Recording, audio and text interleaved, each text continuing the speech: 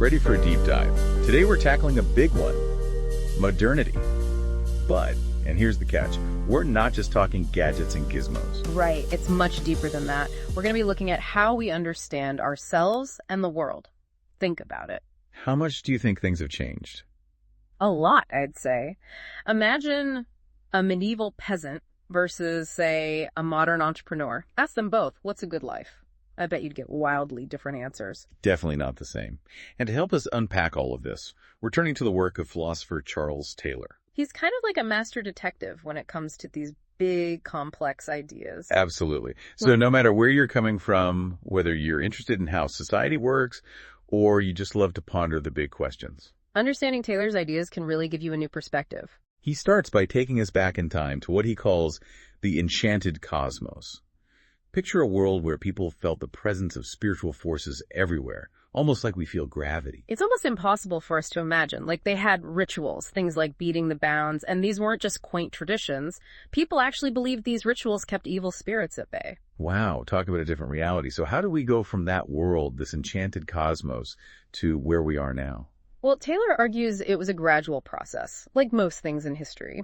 He says that a lot of it had to do with the rise of science and how we started to prioritize logic and reason over those older ways of thinking. So as science began to provide new answers, did we just trade one set of beliefs for another? Or is it more complicated than that? It's definitely more complicated. That's where Taylor's idea of the buffered self comes in. Basically, he says that as the world became disenchanted, we began to see ourselves as more self-sufficient, less vulnerable to those outside forces that used to hold so much power. So instead of being woven into a cosmos that was already filled with meaning, we become more like individuals navigating a world that's essentially neutral, at least on the surface. Exactly. And that's where things get really interesting, because even though we might embrace this idea of a disenchanted world intellectually, there's still a part of us, maybe even a primal part, that longs for that connection to something bigger than ourselves. So we're left with this question. If the cosmos isn't inherently meaningful anymore, where do we find meaning in a disenchanted world? Well, for Taylor, this is where things get really interesting. This is where he introduces this concept of moral sources. Moral sources. Okay, so tell me more about those. What are moral sources exactly? Think of them as like the well springs of our values and ideals, the things that motivate us. They're like the compass, even if we don't realize we're following one. So even though the world might be disenchanted, we still have these inner drives, these moral sources that guide our choices. Exactly. And Taylor argues that there are several key moral sources that have really shaped how we understand the good life, especially since we entered this modern era. One of the biggest ones, he says, is the rise of ordinary life. Ordinary life. What does he mean by that? He's talking about finding meaning in those everyday experiences, like family, work, and your community. For a long time, those things were seen as pretty mundane, especially compared to, like, religious pursuits or heroic acts. Oh, yeah, I can see that. Like, if you were a medieval peasant, your life was basically about survival and serving God. It wasn't really about finding personal fulfillment. Right, but with modernity, there's this shift where personal happiness, close relationships, finding meaning in your everyday work, these things become central to a good life. So it's not just about rejecting the old sources of meaning, like religious dogma. It's about finding new sources of meaning in the everyday. Yeah, and Taylor argues that this emphasis on ordinary life went hand in hand with that emergence of the buffered self we talked about earlier. As we become less defined by external forces, like, religious doctrines or social hierarchies, we're freer to find meaning in our own individual experiences. It makes you wonder, though, is there a downside to that? I mean, could we become too focused on ourselves, too caught up in our own personal pursuits? That's a good point, and Taylor definitely addresses that. He says that alongside this focus on ordinary life, there's another big moral source that comes to define the modern world, and that's what he calls disengaged reason. Disengaged reason.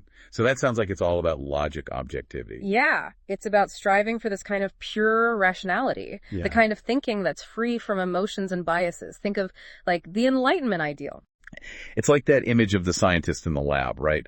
Calm and collected, observing the world through this lens of pure reason, trying to understand things objectively without letting their own beliefs get in the way. Yeah, exactly. And that emphasis on reason, it leads to amazing things, of course. It gives us incredible advancements in science and technology. But it also, as Taylor points out, has this potential to create a sense of detachment, where we start to see ourselves as separate from the world we're studying rather than as active participants in it. So on the one hand, we've got this drive for individual fulfillment in our ordinary lives. And on the other hand, there's this pull toward objectivity, towards disengaged reason. But I have to imagine there's got to be more to the picture than that.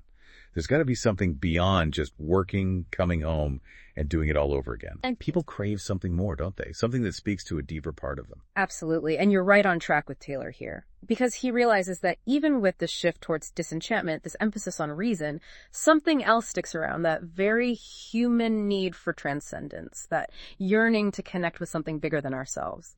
And this is where he brings in the idea of nature as a source. Nature as a source. Okay, I'm intrigued. Tell me more about that one. Nature as a source. I like the sound of that already. So is it about like finding meaning in nature, those moments when you're out in the wilderness or looking up at the stars and you just feel a sense of awe? You got it. It's about tapping into something vast, something that inspires a sense of wonder and mystery, like a spiritual connection almost. And for Taylor, this idea, this nature as a source, it's like a counterbalance to the colder, more calculated aspects of modern life. It's a good reminder that we're not just thinking machines, right?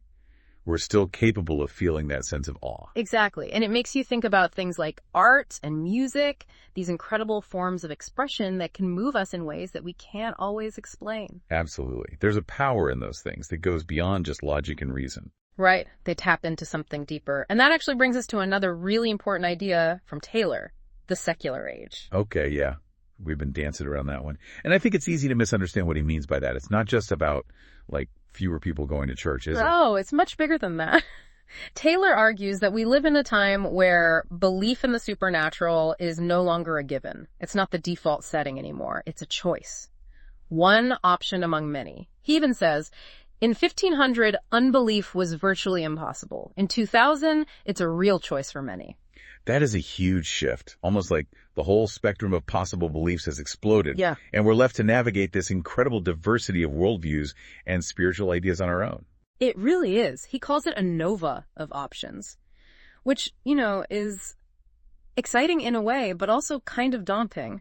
Because on the one hand, we're free from a lot of the old rules and restrictions, but we're also left to figure out our own moral compasses in a world where the old maps don't quite work anymore. It makes you wonder, in this landscape of limitless options, do these moral sources Taylor talks about, do they still hold the same power? Or are there new moral sources emerging as we speak, new ways of understanding ourselves and the world? That's the big question, isn't it? And it's one that Taylor doesn't necessarily answer for us. He gives us the tools, this framework for understanding how we got here and how we make moral choices in this secular age. But he doesn't give us a roadmap for the future. So where does that leave us? What are we supposed to take away from all of this? I think the key takeaway is that our moral frameworks, the things we believe in, the things we value, they're not fixed. They're not just handed down to us. They evolve over time. And by understanding the forces that shape those beliefs, we can become more aware of our own biases and more open to understanding other perspectives. It's like we each have a responsibility to think critically about these things, about where our own moral compasses are pointing, and to be aware that there are other ways of seeing the world. Exactly. And maybe, just maybe, to be a little more intentional about how we go about finding meaning and purpose in our own lives and in the world around us. It's definitely given us a lot to think about. A big thank you to you for diving into these big ideas with us today. And of course, to Charles Taylor for giving us so much to think about.